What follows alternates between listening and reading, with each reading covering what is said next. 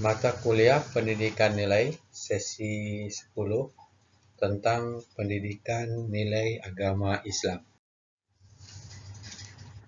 Ada beberapa judul di pendidikan nilai agama Islam. Yang A tentang nilai-nilai pendidikan Islam. Yang B bicara tentang sistem pendidikan Islam dan tujuannya. Yang C bicara tentang pusat pendidikan dalam pembelajaran Islam. Yang D bicara tentang peranan pusat pendidikan dalam internalisasi nilai. Yang A bicara tentang nilai pendidikan Islam. Pertama, pengertian pendidikan Islam yang tidak lepas berbicara tentang taklim, ta'dib, tarbiyah.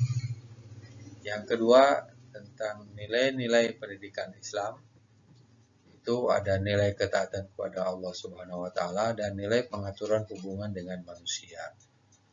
Yang ketiga, pemerolehan nilai-nilai pendidikan Islam melalui nilai insaniyah, kemanusiaan, dan nilai ilahiyah, mulai dari wahyu dari Allah Subhanahu wa taala. Yang keempat, konsep nilai dalam Islam, yaitu ada nilai normatif, ada nilai operatif. Para mahasiswa bisa menggali lebih dalam di bahan bacaan. Yang B tentang sistem pendidikan Islam dan tujuannya. Pertama, tentang sistem pendidikan Islam, itu pasti berdasarkan ajaran agama Islam. Kedua, orientasi pendidikan Islam itu tidak hanya dunia, tapi fokus juga pada akhirat. Yang ketiga, fungsi pendidikan Islam itu untuk mendidik menjadi orang yang beragama, bukan pendidikan tentang agama. Yang keempat, tujuan pendidikan Islam yaitu jadi insan kamil, yaitu lengkap antara hati, kata-kata, tingkah laku, semuanya digabung menjadi insan kamil, tidak hanya pada pengetahuan saja. Yang C tentang pusat pendidikan dalam pembelajaran Islam.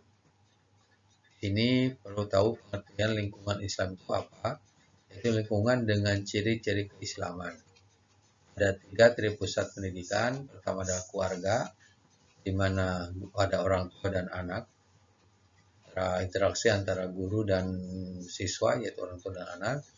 Kemudian di sekolah ada interaksi antara guru atau staf seluruh yang ada di sekolah menjadi pendidiknya dan anak menjadi yang peserta didik. Yang keempat adalah masyarakat, di situ ada tokoh masyarakat dan anak.